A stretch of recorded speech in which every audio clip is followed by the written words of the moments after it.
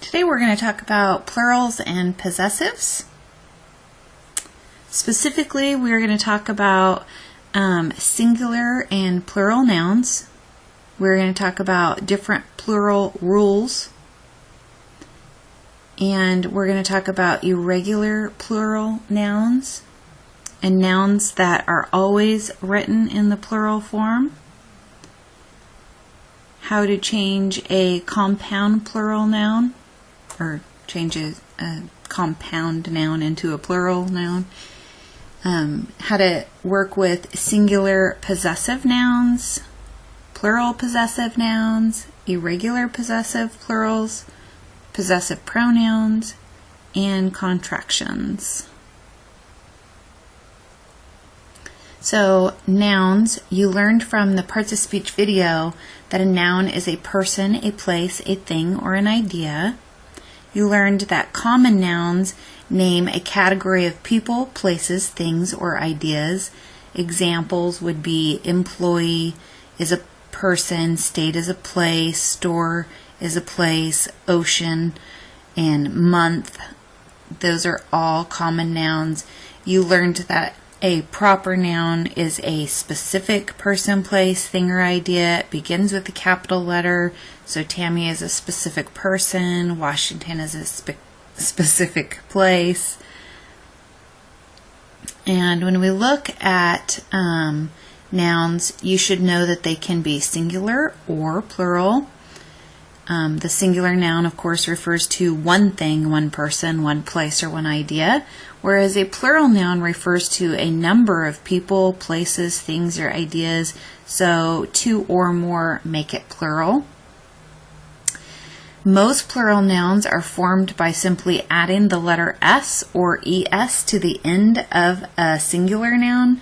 So, for instance, in the first column, we have sofa, showing the singular form of the word. You look over into the plural nouns and you see sofas. We simply added the S and that makes it plural. Building, buildings. River, rivers. Here we have glass. It ends with two S's, and then you'll see the plural noun, we added the ES. We made it glasses to be plural. Box, we had to add the ES as well. Plural rules, there are a few. We just talked about usually we can just add an S. Sometimes if a word ends with the sound CH, X, S, or just sounds like an S, sometimes those will end in an ES. So instead of kiss, you would change it to kisses. Sometimes you have nouns that end with a Y that are preceded by a consonant. If that's the case, then you change the Y to an I and add an ES. So the example here is we have the singular noun baby. We've changed that to the plural noun babies. Words that end in O but are preceded with a consonant, sometimes they're going to end in an S, sometimes they're going to end in an ES. So I've given two examples. Potato ends in an O, and to make it plural, we do add an ES. Memo ends in an O, but to make it plural, we simply add an S. So when in doubt, refer to your dictionary. Plurals of words that end in an F or an FE usually will change. You'll usually drop the F, change it to a V, and add an S or an ES. But keep in mind there's exceptions to this rule as well. So you see how we dropped the F and we've changed that to a V, and we've added the ES there. Some, I think, exceptions to that one would be belief and brief. How about chef? So there are others. You can look those up online if you were interested. Irregular plural nouns.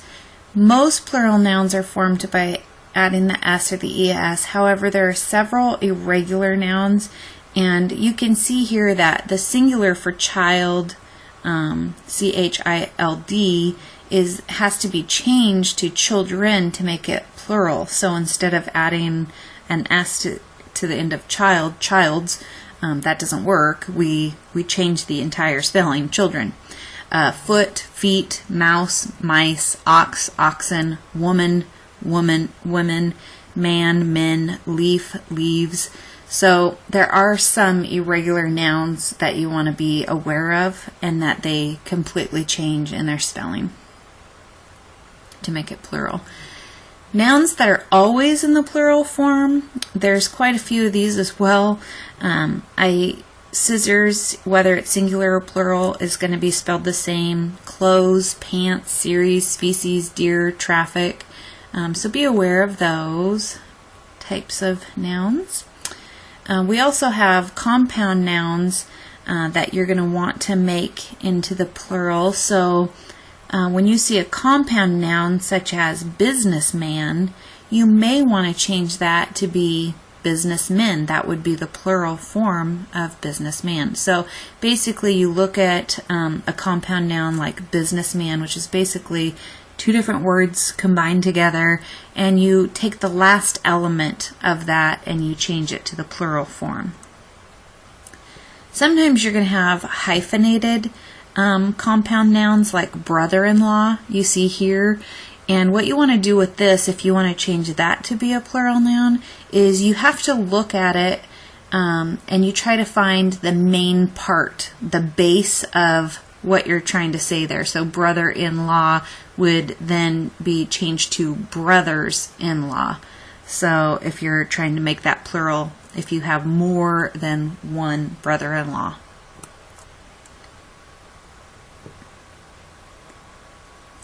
To show possessive form of a singular noun, you simply add the apostrophe S. So we have a noun, we want to show a possessive form, we add the apostrophe S. So Tammy's car wouldn't start, or Tammy's car is very nice looking or very fast.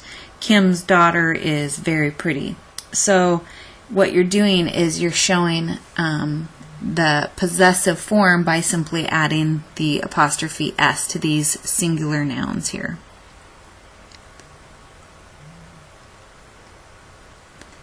Now sometimes you're going to have a plural noun that's already written in the plural form, and you're going to want to make that plural noun possessive.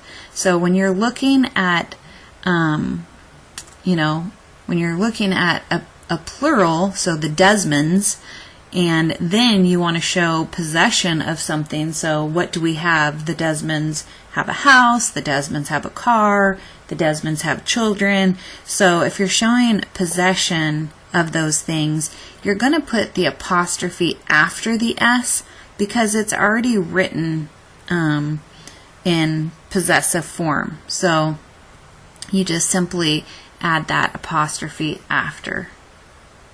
Or did I say possessive? I can't remember if I said possessive or plural form. I wish I had a rewind on this, but you don't. The Beau's daughters are beautiful. So here we're talking about the Beau's having daughters, and they're all beautiful. So the Beau's daughters, you're making this possessive by putting the S or the apostrophe after the S.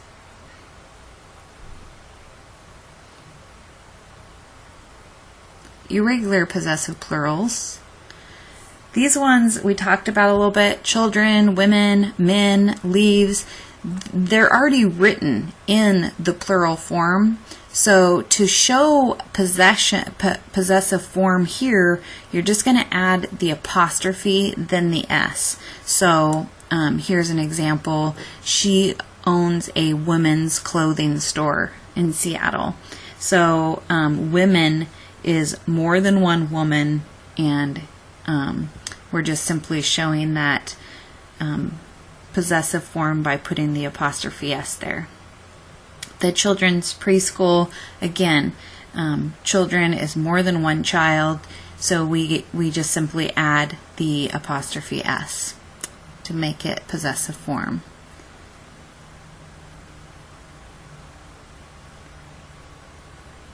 Pronouns. You learned in the parts of speech video that a pronoun takes the place of a noun or a group of nouns. The noun that the pronoun refers to is called the antecedent. So possessive pronouns are used when a pronoun shows possession or ownership, who or what owns something. So for instance, singular pronouns would be my, mine, your, yours, his, hers, her, hers, its, and plural would be our, ours, their, theirs, your, yours. So when you're writing possessive pronouns, there are two different ways a possessive pronoun can be used. You can use a pronoun like an adjective, and then that adjective would be modifying the noun, or a possessive pronoun can stand alone. It doesn't need to modify a noun, so it could just stand by itself. So here's an example. If you look here, Tammy took her car to Le Schwab for new tires. So we know Tammy's the subject. We know took is the verb. Her is the pronoun referring back to Tammy, which is the antecedent. When you look at her car, what's happening is her is being used as an adjective to describe the car. So her car. Whose car is it? It's her car.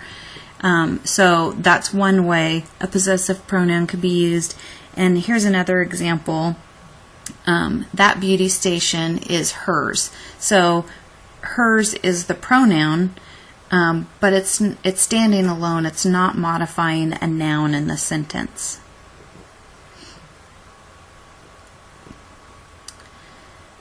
So something to remember when you're working with possessive pronouns, you want to remember that pronouns and possessive pronouns and contractions are totally different. So now that I've introduced, adding apostrophes to show possession, you have to be careful not to confuse possessive pronouns with contractions. So think of this: a contraction is a word formed by joining two words together, and basically what you're doing is you're using that apostrophe where you're going to be omitting letters. So here, this example, it says your is a possessive pronoun and you are is a contraction for the words you are. So this is a big one. I've noticed on the internet, people are ruthless when you use the wrong, if you use your or you are wrong.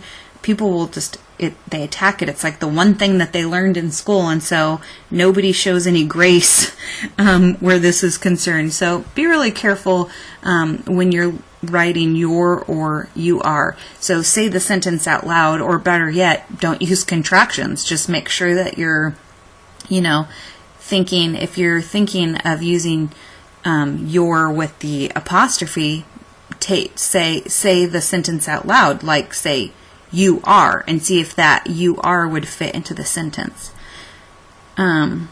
So another one is its is a possessive pronoun, and its with an apostrophe is a contraction for the word it is. So keep that in mind. There is a possessive pronoun, and there is a contraction for the words, oh, I spelled that wrong. Okay. I actually made a mistake here. I think I meant to do THE apostrophe RE for, oh wait, no, yeah, THEY apostrophe RE, and so that's where the mistake is there. Please forgive me. Whose is a possessive pronoun, and who, s is a contraction for who is. So just kind of keep those little things in mind.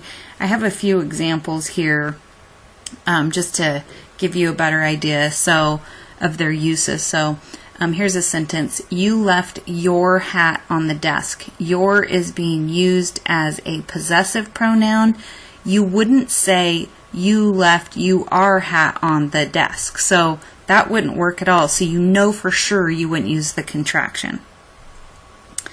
Here's a use of like you are. It says you're very pretty. So you apostrophe RE would work there because you could actually say you are very pretty. So you would use the contraction, or you would spell it The dog liked its toys. So here you're seeing its is being used as a possessive pronoun, is not being used as a contraction, because you wouldn't be able to say the dog liked it is toys. That wouldn't make sense. Here's another example of its, because I think this is a harder one that a lot of people confuse. The cat ate its food. Again, no apostrophe because its is being used as a possessive pronoun.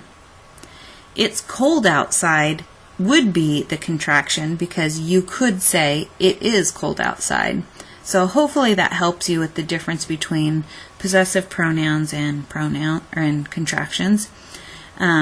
Here's a list of some frequently used contractions. We've, we have, whose is, or who has. They are, we will, I am, let us, is not, you would not, do not. So notice in each one of these that where the letters have been omitted is where the apostrophe goes. So in summary, we talked about singular and plural nouns, plural rules, irregular plural nouns, nouns always in plural form, compound plural nouns, singular possessive nouns, plural possessive nouns, irregular possessive plurals, possessive pronouns, and contractions. So make sure that you feel comfortable with those before you move on.